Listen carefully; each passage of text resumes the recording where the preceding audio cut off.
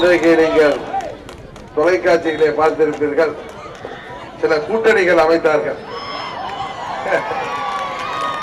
தமிழ்நாட்டு மக்கள் விரும்பாத ஆட்சி நடத்துகின்ற கட்சியும், இந்திய மக்களே விரும்பாத ஆட்சி நடத்துகின்ற ஒரு கட்சியும் போத குறைக்கு நமது எடப்பாடி அண்ணன் ஆட்சியை முந்தா நாள் வரை திட்டி திருத்த ஒரு சமூக போராளி கட்சியும் இந்த எடப்பாடி ஆட்சி மீது போன மாதம் கவர்னரிடம் சென்று இது ஊழல் ஆட்சி, இது மீது நடவடிக்கை எடுக்க வேண்டும் என்று டாக்டர் அன்புமணி ராமதாஸ் போய் மனு கொடுத்தார். இன்றைக்கு பார்த்தால் அவர்களுடன் கூட்டணி சேர்ந்து கையெழுத்து போட்டுக் கொண்டிருக்கிறார். இதில் எந்த மனுவை நாம் எடுத்துக் கொள்வது என்று தெரியவில்லை.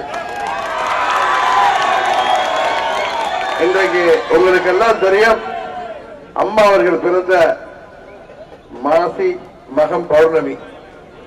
இன்றைக்கு அம்மாவின் பெயரை சொல்லி மூச்சுக்கு 300 தடவை இது அம்மாவின் ஆட்சி அம்மாவின் ஆட்சி என்று சொல்லி நம்ம ஏமாற்றிக் கொண்டிருப்பவர்கள் இன்றைக்கு நமக்குத்தான் துரோகம் செய்தார்கள். ஆட்சியில் ஏற்றியவர்களையே ஏற்றி வைத்த ஏனியை எட்டி உதைப்பது போல, உண்ட வீட்டுக்கு இரண்டகம் செய்வது போல, ராஜதந்திரம் என்கிற பெயரிலே மறுக்கில உள்ளவர்களுக்கு மடியிலே கனம் இருந்த காரணத்தினால் பொதுச் செயலாளர் இந்த ஆட்சி அமைத்துவிட்டு சிறைக்கு சென்றிருக்கிற நமது பொதுச் செயலாளர் தியாக தலைவர் சின்னம்மா அவர்களுக்கும் இந்த ஆட்சி அமைக்க வேண்டும் என்பதற்காக போராடிய என்னையும் நீக்கிவிட்டார்கள். இவர்கள் நினைத்துக் கொண்டார்கள், நம்மை நீக்கிவிட்டால் இவர்களுக்கு ஆட்சி அதிகாரம் இருக்கிறது, கட்சி நம் கையில் இருக்கிறது, போதா குறைக்கு ரெட்டாலையும் கொடுத்து விட்டார்கள், நாம் புரட்சி தலைவர் எம்ஜிஆர் ஆகிவிடலாம், புரட்சி தலைவர் அம்மா போல ரெட்டாலை தூக்கி கொண்டு போனால் மக்கள் நம்மளை வாக்களித்து விடுவார்கள் என்று நினைத்தார்கள். அம்மாவின் தொகுதியிலேயே தேர்தல் வந்தது. உங்களுக்கு தெரியும், ஆர்கே நகர்ல இன்னைக்கு சின்னத்தை கொடுக்கிறாங்க, நாளைக்கு தேர்தல் அறிவிக்கிறாங்க. என்ன தேர்தல் ஆணையம் பாருங்க, என்ன அதுக்கெல்லாம் காரணம் என்னன்னு உங்களுக்கு தெரியும். இன்னைக்கு கூட்டணி அமைப்பு அன்னையிலிருந்து வேலை நடந்துட்டு இருந்துச்சு. என்னை பிடிச்சி ஜெயில போட்டது, இங்க வந்து பன்னீர்செல்வத்தையும் அவங்களை கை கோத்து வச்சது, எதிர்த்து ஓட்டு போட்டு போன பன்னீர்செல்வம் எடப்பாடிக்கு ஆதரவா ஓட்டு போட்ட நம்ம முன்னாள் அமைச்சர் பழனியப்பன் என்னோட இருக்காரு, அவரெல்லாம் பதவி நீக்கம் செஞ்சாங்க 18 பேரை. எதிர்த்து ஓட்டு போட்ட பன்னீர்செல்வத்துக்கு மரியாதை, துணை முதல்வர் மாபா பாண்டியராஜனுக்கு அமைச்சர் பதவி. இவங்க 18 பேரை எனக்கு ஆதரவு ஓட்டு போட்டீங்களா, அதனால உங்களுக்கு பனிஷ்மெண்ட்னு அவங்கள தகுதி நீக்கம் செஞ்சாங்க. இந்த தேர்தல் வருது, ரசமா மாட்டிக்கிட்டாங்க. 8 தொகுதியில ஜெயிக்கலன்னா அந்த கடவுளே வந்தாலும் இவங்க ஆட்சியை காப்பாற்ற முடியாது. ஒரு தொகுதியில ஜெயிக்க முடியுமா? இன்னைக்கு ஆளுங்கட்சி தலைவரோட சின்னம் தான் வெற்றி சின்னம், ரெட்டையில அம்மாவோட சின்னம், அதை வச்சுக்கிட்டு வந்தா ஓட்டு போடுவீங்களா? ஒரு தொகுதியில ஜெயிக்க முடியுமா இவங்களால? அம்மாவை தொடர்ந்து 2 முறை வெற்றி பெற செய்த தொகுதி, முதலமைச்சர் ஆகிய தொகுதி வந்து ஆர்கே நகர். அங்கேயே அந்த மக்கள்கிட்ட இவங்களுடைய பாய்ச்சாலாம் பழிக்கல. வீடு வீடா போய் பணம் மூட்டையோட போய் 6000 ரூபாய் பேரம் பேசியும் ஒண்ணு பழிக்கல. ஆட்சி அதிகாரம், இந்த பதவி, வருமானம் எல்லாம் எம்எல்ஏக்களுக்கு தான் தேவையை தவிர எங்களுக்கு தேவையில்லைன்றாங்க மக்கள். இந்த ஆட்சியை முடிவுக்கு கட்டணுங்கிற குடியோட இருக்கீங்க.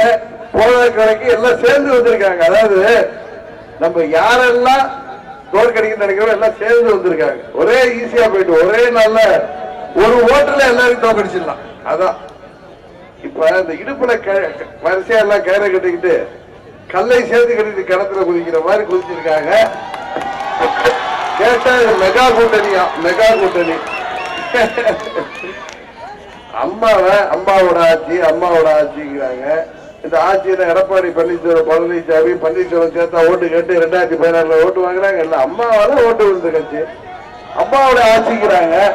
நாம எல்லாம் தெய்வமா மதிக்கிற நாங்கெல்லாம் தமிழ்நாட்டில் உள்ள அதிமுக தொண்டர்கள் அனைவரும், ஏன் பொதுமக்கள் கூட அவங்களை எப்படி மதிக்கிறாங்க? அவங்களுக்கு நிறைவு இல்லத்தை கட்டக்கூடாதுன்னு அறிக்கை கொடுத்து பேசியவர் சமூக போராளி, சமூக நீதி போராளி டாக்டர் ஐயா. அவரோட கூட்டணி. அவரை நான் வந்து பால் உள்ள அளவும், பார் இல்லையா, பால் உள்ள அளவும், கடல் உள்ள அளவும், தமிழ் பைந்தமிழ் உள்ள அளவும் அண்ணா திமுகவோட கூட்டணிக்கு போக மாட்டேன்னு சொன்னாரு. இன்னொன்னு சொன்னாரு, உங்களுக்கு தெரியும், நான் அண்ணா திமுகவோட கூட்டணி போறது அவங்க தாயை சம்பந்தப்படுத்தி கூட பேசினாரு, அதுக்கு சமம்னு. என்ன அந்த வாயி எம்பி சீட்டுக்கு இந்த மந்திரி பதவிக்கு என்னெல்லாம் பேசுது? இது என்ன 20 வருஷத்துக்கு முன்னாடி பேசினா கூட ஏதோ மறந்துடும். இப்பதான் டிவியில காலம்பரை அவங்க கூட்டணி அமைக்கிறாங்க. நான் பேசிட்டு இருந்து போறேன், போன்ல 1000 மெசேஜ் பார்த்தா இவங்க பழசு பேசுறது எல்லாம்.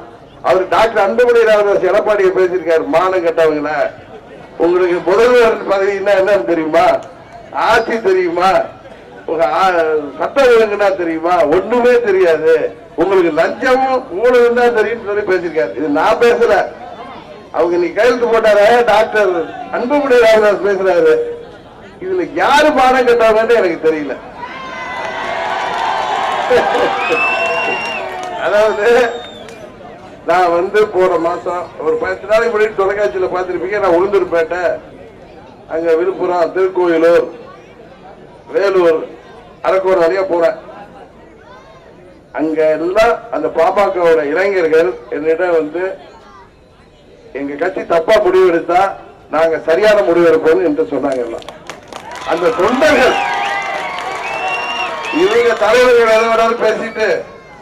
எதை வேணாலும் பேசிட்டு எப்படி வேணாலும் கூட்டணி மாத்திட்டு போடுவாங்க. அவங்களுக்கு என்ன எம்பி ஆகணும், மத்தியில போய் ஆட்சி அமைக்கணும், முடிஞ்சா ஏதாவது நாட்டுக்கு நல்லது செய்யணும், எல்லாம் முன்ன செஞ்சாங்கல்ல அது மாதிரி செய்யணும்.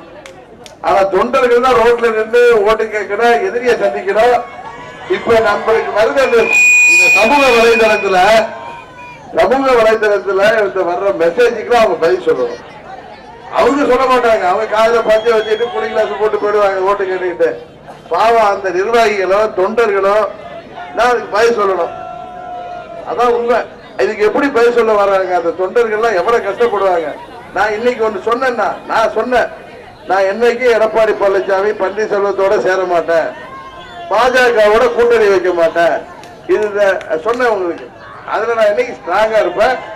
அது மாதிரி தமிழ்நாட்டு நலன்ல அக்கறை இல்லாத எந்த கட்சியோடையும் கூட்டணி கிடையாது. எனக்கு தெரியும், நான் அம்மா கூடவே இருந்தவன். அம்மா வந்து முதல்ல இருந்தே தனியா நம்ம நின்று யாருடைய தயவு இல்லாம ஆட்சிக்கு வரணும்னு முயற்சி செஞ்சுட்டு இருந்தாங்க. 2014 உங்க ஆதரவோட பாராளுமன்றத்துல எல்லாம் சொல்லுவாங்க, பாராளுமன்ற தேர்தல் மத்தியில ஒரு கூட்டணி வேணும், பிரதமர் கேண்டிடேட் வேணும். அதெல்லாம் தமிழ்நாட்டு மக்களுக்கு இப்ப நல்லா தெரியும். தேசிய கட்சி காங்கிரஸோ பாரதிய ஜனதா கட்சியோ தமிழ்நாட்டுக்கு இங்க ஒண்ணு செல்வாக்கு இல்லை, இங்க ஒண்ணு அவங்களுக்கு அதனால ஓட்டு விழுவாது, இங்க ஒண்ணு சப்போர்ட் பண்றதே இல்லை. காவேரி பிரச்சனையா இருந்தாலும் சரி, இந்த மேகதாது அணை பிரச்சனையா இருந்தாலும் மௌனமா அவங்களுக்கு சப்போர்ட் பண்ணிட்டு போயிடுறாங்க. அது மாதிரி கேரளாவில் பெரியார் டேம் இஷ்யூவா இருந்தாலும் சரி, நம்ம ஆந்திராவில் பாலாறு இஷ்யூவா இருந்தாலும் அங்க சப்போர்ட் பண்ணிட்டு போயிடுறாங்க. தமிழ்நாட்டு கட்சி தான் தமிழ்நாட்டுக்கு சப்போர்ட் பண்ண முடியும். இதுல தேசிய கட்சியோட கூட்டணி வைக்கிற தேவை இல்லைன்னா இன்னைக்கு வரப்போற தேர்தலில் காங்கிரஸோ பிஜேபிக்கோ அங்க வந்து பெரும்பான்மை கிடைக்க போறது இல்லை. நீங்க ஓட்டரிச்சு உங்க எம்பிக்கள் தான் தீர்மானிக்க போறாங்க. தயவு செய்து இந்த பண மூட்டைகளை எல்லாம் நம்பி ஓட்டு போட்டுறாதீங்க. மெகா கூட்டணி மகா கூட்டணிலாம் வரும், 8 கட்சி 10 கட்சி கூட்டணிலாம் வரும். அவங்களுக்குலாம் தன் பயம். நாங்க உங்களை நம்பிதான் நாங்க இருக்கோம். அதனாலதான் நான் கூட்டணி வச்சா நாளைக்கு இந்த மாதிரி வந்து நான் உங்களை பாக்குறப்ப என்ன சார் இப்படி பேசிட்டு இப்படி கூட்டணி வைக்கிறேன்னு கேட்காத மாதிரி தான் நாங்க வந்து அந்த மாதிரி கட்சிகள்கிட்ட தான் பேசுறேன். ஒரு கட்சி அம்மா 1 ரூபா சம்பளம் வாங்கினாங்க அப்படின்னு சொல்லி பேசுற கட்சிகிட்ட கூட நான் வச்சுக்க மாட்டேன்ட்டேன். நாங்க வந்து எங்க தொண்டர்களையும் தமிழ்நாட்டு மக்களும் எங்களுக்கு ஆதரவா இருக்காங்க. குறிப்பா தமிழ்நாட்டில் உள்ள இளைஞர்கள்ல 70% மேல் மாற்றம் தேவை என்ற முறையில எங்களுக்கு ஆதரவா இருக்காங்க. நிச்சயம் மாபெரும் வெற்றி பெறுவோம்.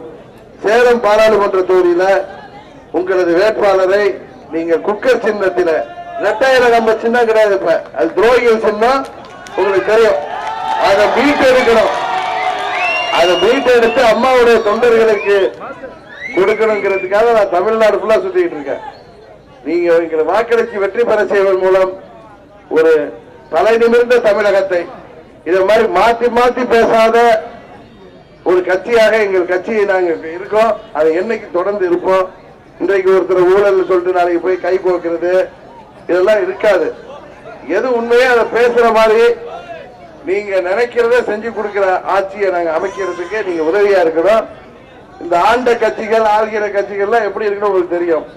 அதனால இரட்டை இலை சின்னம் இருப்பது அம்மாவுடைய சின்னம் இல்லை, அது துரோகிகள் சின்னம். அம்மாவுடைய நினைவு இல்லம் கட்டுறதே வேணான்னு சொன்னவங்களோட கூட்டணி வைக்கிற அளவுக்கு துரோகத்தின் உச்சத்திற்கு சென்றிருக்கிறார்கள். தயவு செய்து நீங்கள் எண்ணி பார்த்து வாக்களித்து தமிழ்நாட்டு மக்களாகி நீங்கள் தான் இந்தியாவின் பிரதமரை தேர்ந்தெடுக்க வேண்டும். நமது வேம்படித்த ஆழம் பட்டு கைத்தறி விசைத்தறி நிறைந்த பகுதி. உழைப்புக்கேற்ற ஊதியம் வேண்டும். கோவை நெடுஞ்சாலையை கடந்து பகுதியில் உள்ள 3000 மாணவ மாணவிகள் கல்வி பயில செல்கிறார்கள். அரசுக்கு பலமுறை இந்த சூழலை தெரிவித்தும் எந்தவித நடவடிக்கையும் எடுக்கவில்லை.